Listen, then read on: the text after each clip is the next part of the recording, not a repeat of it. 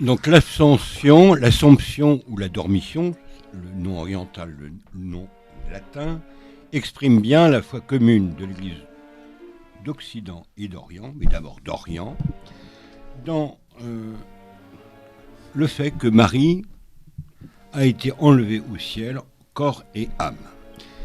Pie XII dira, et j'en parlerai à la fin, ce sera la conclusion, dans sa constitution apostolique, et c'est la première fois qu'un pape use de l'infaillibilité après Vatican I, que Marie, après sa vie terrestre, a été enlevée au ciel. Mais il ne tranche pas la question, libre aux théologiens de réfléchir, si elle est passée par la mort ou non.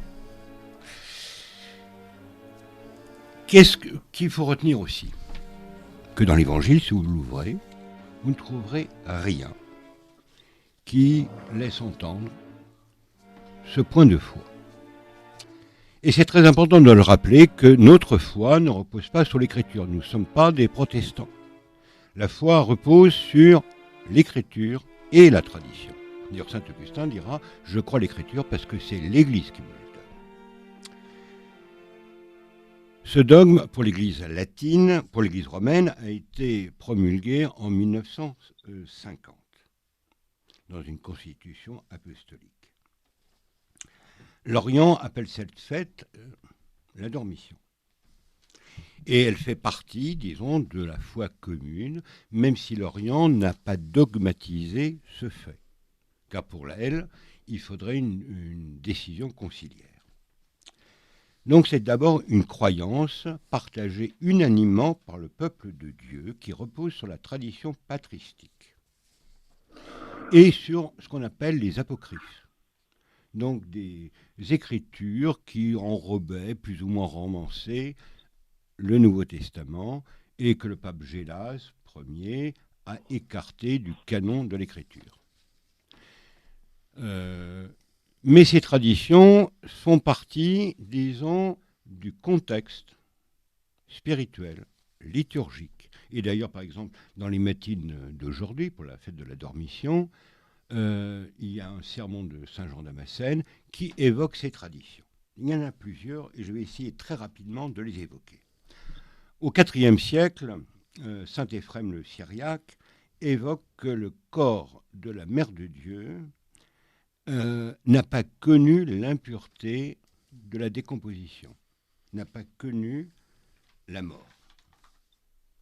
En Occident, on trouve Grégoire de Tours, qui est le premier au 7e siècle, au 6e siècle, on parle, en s'appuyant sur un ensemble de textes venant des textes apocryphes qu'on appelle, justement dans le monde latin, le Transitus Mariae. Ce sont des textes qui ont été écartés du canon par Gélas, entre autres, comme apocryphes. Mais non la croyance. Selon la tradition apostolique, il y a plusieurs versions. Marie, au mont des Oliviers, reçoit d'un ange la palme de l'arbre de vie et lui annonce sa mort. Marie rentre chez elle, communique la nouvelle, et les apôtres accourent, sauf Thomas. Et elle est reçue par le Christ reçoit son âme. D'ailleurs, vous avez des très belles icônes byzantines, où on voit la Vierge sur un lit et un sorte d'enfant emmailloté. Et c'est le Christ qui le prend avec l'archange. En Orient, saint Jean Damascène rapporte une autre tradition qui vient de l'église de Jérusalem. Alors il faut savoir que déjà bien avant le concile de Chalcédoine, il y avait une vénération de la Dormition dans une église qui a été consacrée le 15 août. Donc je viens à la fête. Une église qui se trouvait entre Jérusalem et Bethléem. À ce concile de Jérusalem, l'empereur et l'impératrice demandent à Juvénal où est le corps de Marie. Et il répond que la tombe est vide. Et vous avez ça dans les homélies, entre autres, de Saint Jean de Massène sur la dormition. Selon une autre tradition, l'Assomption aurait eu lieu à Éphèse, où la Vierge aurait été accompagnée par Jean. L'empereur Maurice institue la fête pour tout l'Empire au VIe siècle, au 15 août. Et elle va passer en Occident par le pape Théodore Ier, qui régnera de 642-649, qui est un prêtre du clergé de Jérusalem. Donc vous voyez bien le lien de ces traditions. Je saute les siècles, puisque j'ai plus beaucoup de temps, et il faut aller vite. J'en viens à Louis XIII, 1638.